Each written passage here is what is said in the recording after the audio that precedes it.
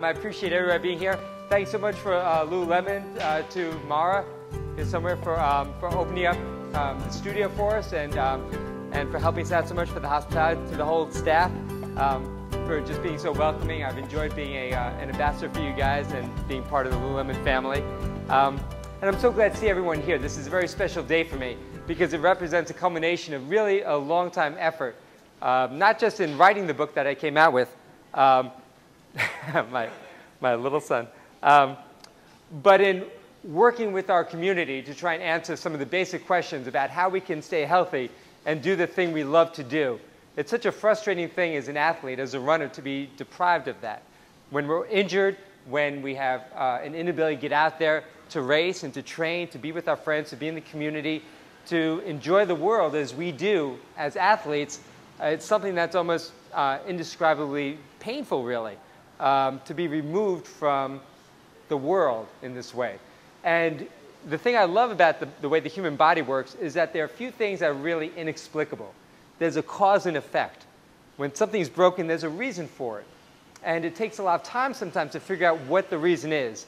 And through a long career so far of marathoning myself, of researching, of paying attention, of listening, of running with many of you and getting to know your stories and your histories, I've come to realize, as many other coaches have, is that there are answers to the problems that we all face. And this book represents my attempt to try and heal our community a little bit, to make it a healthier, better place for us to train, to race, to be able to continue to do the thing we love to do.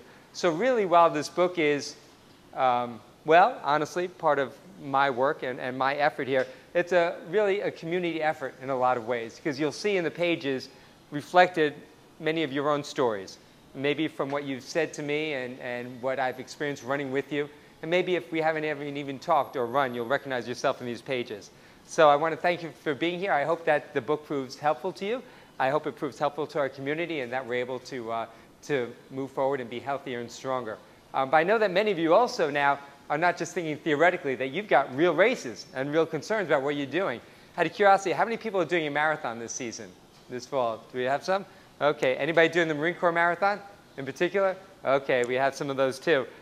So one of the things I want to talk about just real briefly, I talk about it in the book, is how to taper for your race, how to prepare for your race. For the Marine Corps Marathon especially, at this point, the answer is you can't do much. If you haven't done your training already, this is it. You are what you are. But as runners, we know that many of us are pretty insecure about what we do, and we're stubborn, which is a dangerous combination in the week before a race. Because really, all you can do now at this point is hurt yourself. Okay? There's no training that you can do at this point that will have any kind of effect on your race. There's simply not enough time for your body to adapt. So really, this is a period for you to rest up, to hydrate, to relax, to not worry about any little tiny aches and pains that you might suddenly feel. Your body's just sorting out last little minute issues. If you've done your training, you're ready to go. But there is one thing you can do. That research has shown that while you should be decreasing the volume of your training at this point, do as little as you can, it's important to maintain the intensity. The research has shown that we need to maintain that neuromuscular pattern, that it doesn't help any to do these short, easy runs. What you want to do is keep your body fresh, mimicking what you plan to do in the race. So do shorter runs, but run them hard.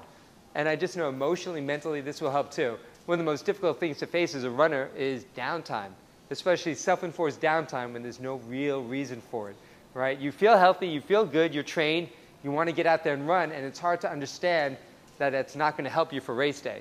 So that short little breakout run, that fast little race pace run that you might do, and I'm talking maybe only a couple of miles, literally 2 miles or so, that will just keep you fresh, keep you emotionally on keel, ready for the race, and also keep your body primed for that kind of movement.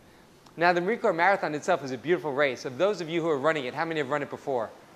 Okay. If you haven't run it recently, it might be a different race for you. It's kind of interesting for a race this old, and this is, it's over the 35th running. What year is this? 38th? Okay. It's changed in innumerable times. For a race that's disestablished, it's hardly the same year to year. But for my money, the current course is one of the most beautiful ones they have. They've done a lot of really smart things. That lonely stretch on Haynes Point, that little peninsula out into Potomac, used to be about mile 20, 21, 22. the worst part to be by yourself in a marathon, the kind of gut-wrenching, nerve-wracking place where you have to steel yourself for the big finish. Now you're not doing those miles at Haines Point. Instead, Haines Point is a halfway point, and when you hit those miles when you need a little boost, you'll be on the mall in front of friends, families, tons of tourists and spectators, exactly when you need that kind of encouragement. The trick, though, with the Marine Corps Marathon is not to get too caught up in the enthusiasm in the beginning. You've got some big hills in the beginning.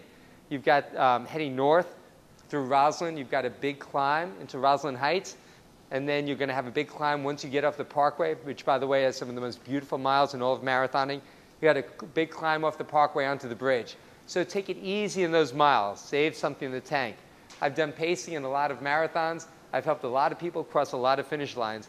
And the key is make sure that you put a lot of miles in the bank before you hit mile 20. Okay, just get to 20. Make sure you're feeling good. Make sure you're feeling strong. Those early miles should feel almost excruciatingly easy, so you can turn on at the end. Nobody I know ever slows down because they want to. This is one of the simple things that took me a long time to understand. You slow down because you have to. Your body forces you. That's not much fun. Okay? It's so much more fun to speed up at the end.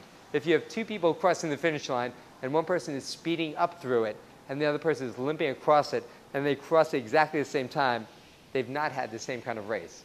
I'd rather be the kind of guy who speeds up. I think you would too.